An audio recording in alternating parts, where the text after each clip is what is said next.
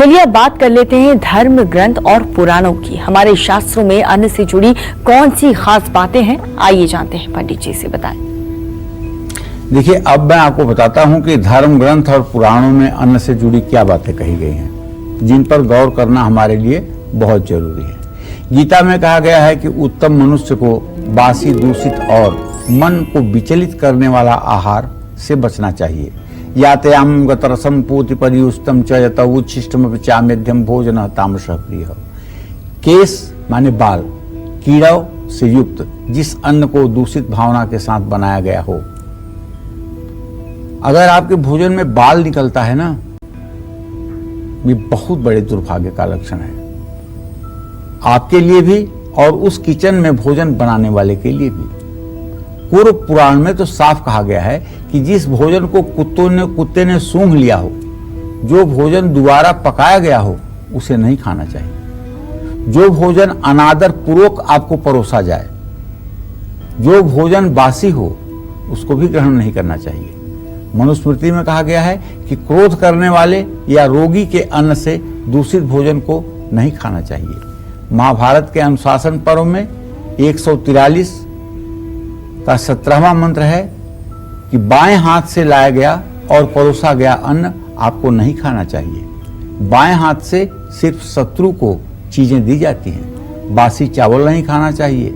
घर वालों से छिपा करके सिर्फ अपने लिए बनाकर भोजन नहीं करना चाहिए। और अग्नि पुराण में तो कहा गया है कि तनाव और उदासी में बनाया गया भोजन भूल के भी नहीं खाना चाहिए। इसीलिए तो कहते हैं, भोजन बनाते हुए मन में गुनगुनाते रहिए, सीताराम सीताराम सीताराम सीताराम सीताराम। आप एक दिन अच्छा सीताराम सीताराम करके भोजन बनाइए और आप किसी से बताइएगा मत। घर वालों की रिप्लाई देखिए कि भोजन के लिए घर वाले आपको क्या कमेंट देते हैं। उसके बाद अगर आपको लगे कि हाँ, बिना कुछ बताए आपकी प्रशंसा हो गई, आपसे लोग प्रसन्न हो गए, तो दूसरे दिन भी इसे जारी रखिएगा, और अगर ना हो तो मत जारी रखिएगा। क्या आपकी रसोई में कीड़े राशन खराब कर देते हैं? क्या आपकी रसोई में रखा ताजा सामान भी खराब हो जाता है? क्या आपकी रसोई में बरकत नहीं है? तो जानिए इन सब के पीछे के कारण, बताएं पंडित जी।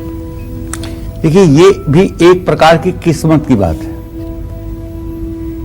गांव में तो जो अनाज रखा जाता है वो भूसे के ढेर में बोरियों में करके रखा जाता है, और जब कभी उस स्थान पर शीत आ जाती है, दीवारों में सीलन आ जाती है, तो उस अनाज में, जैसे गेहूं है तो उसमें घुन आ जाते हैं।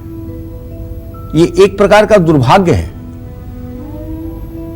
अनाज में कीड़े पड़ना ये एक प्रकार से कहीं न कहीं आपके कमजोर भाग्य का लक्षण है। और दूसरी विधा है अन्न को भंडारण करने के लिए लोहे के ड्रम का इस्तेमाल करना, सिल्वर के ड्रम का इस्तेमाल करना। तो उसमें अनाज रखने से अनाज प्रायः खराब नहीं होते हैं। लेकिन आपके घर में अगर कीड़े लग रहे हैं अनाज में, अनाज खराब हो रहा है, तो बुध और चंद्रमा दोनों का प्रभाव मैं ये मानता हूं कि आपके जीवन पर ठीक नहीं है।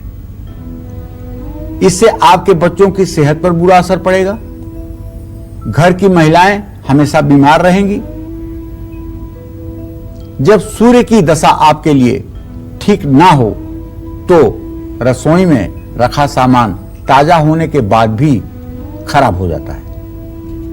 जानते हैं, ताजा भोजन आप बना लीजिए और उसके बगल में कोई बासी चीज अगर आपने काफी समय से रखी हुई है और ताजा भोजन उसके बगल में आप रख दीजिए, तो उसके संग दोष से वो ताजा भोजन भी प्रदूषित हो जाता है, जिसके कारण घर में कलेश का वातावरण बनता है।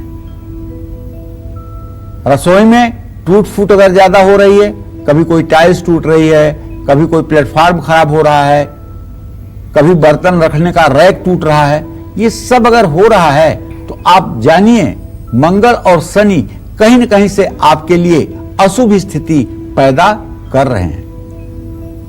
अरे, जो महालक्ष्मी के रूप की महिलाएं हैं ना, वो तो अपने किचन की फर्श को ही साफ नहीं करती, बल्कि पूरे प्लेटफॉर्म पर जितने भी बने हुए उनके सामान रखने की जगह है वहां भी डस्टिंग करती हैं, उसको भी साफ रखती हैं।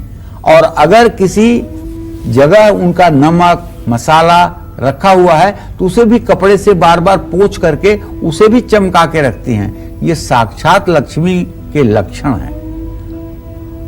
इससे रिश्तों में कभी दरार नहीं आ सकती। आपके रसोई में अगर बरकत नहीं है, महीने भर बाद राशन चंद दिनों में ही खत्म हो जाता है, तो हो सकता है कि आपके परिवार पर पितरदोष की छाया हो। जब घर के लोग स्वाभाविक रूप से कुछ ज्यादा भोजन करने लगें तो समझ लेना चाहिए कि पितर असंतुष्ट हो चुके हैं। इससे आपके मान सम्मान में कमी आ सकती है। दुर्भाग्यशाली व्यक्ति राशन की जहाज होता है, ऐसी कहावत है। जो बहुत ज्यादा भोजन करते हैं उनके ऊपर पितर सचमुच में कुपित रहते हैं। इन बुरे प्रभावों से बचने के लिए रसोई को साफ सुथरा रखिए और सुबह शाम रसोई में कपूर की धुनी जरूर दिखाइए और चप्पल जूते पहन करके रसोई में न जाइए और न ही रसोई में किसी बाहरी व्यक्ति को जूता चप्पल पहनकर प्रवेश कराइए। अगर आपके रसोई में आपका आरओ खराब हो गया है और कोई मैकेनिक आकर के उसे बनाना चाहता है तो उसे अपनी चप्पल दीजिए, तब उसे रसोई में प्रवेश करने दीजिए। साफ सफाई एकदम आवश्यक है आपके किचन के लिए। हम उम्मीद करते हैं कि आपको आज का हमारा जो विषय है वो काफी पसंद आया होगा। कल फिर एक नए विषय और आपकी परेशानियों को दूर करने के लिए ढेरों उपाय लेकर आएंगे हम और पंडित सुरेश पांडे जी के साथ।